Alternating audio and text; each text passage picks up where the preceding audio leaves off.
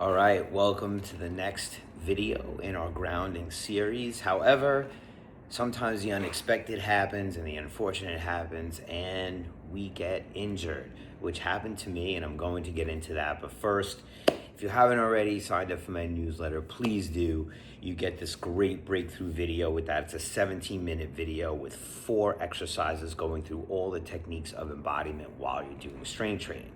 So back to the issue at hand. I was doing some deadlifts the other day and I heard a pop, which can be very disconcerting, but it doesn't really mean that it's a severe injury. So let's just kind of walk through like what we do in the moment, what we do for the rest of that workout, and what we do maybe in just a couple of days to follow. So first things first is that we stop what we're doing. We stop the exercise that we're doing. And I also want you to understand that in this moment of time, not only do you have adrenaline going from the workout that you've been doing, but you have a lot of adrenaline pumping from the injury itself. So you really want to take a moment and realize that you're probably going to feel a lot less pain in that moment than you will later due to all the adrenaline. And then you want to make an assessment. All right, you want to see if there's any bruising. You want to see if there's any immediate swelling. If there isn't, that's great. If there is, you might want to stop entirely.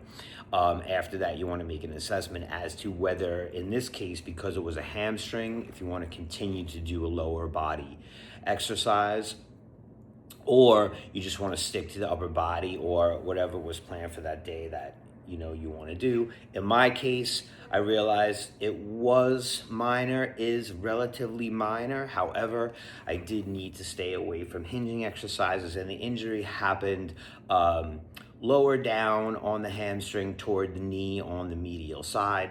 So, I found that in the moment, Bulgarian split squats were still entirely accessible and pain-free, and I did those, and that worked out great.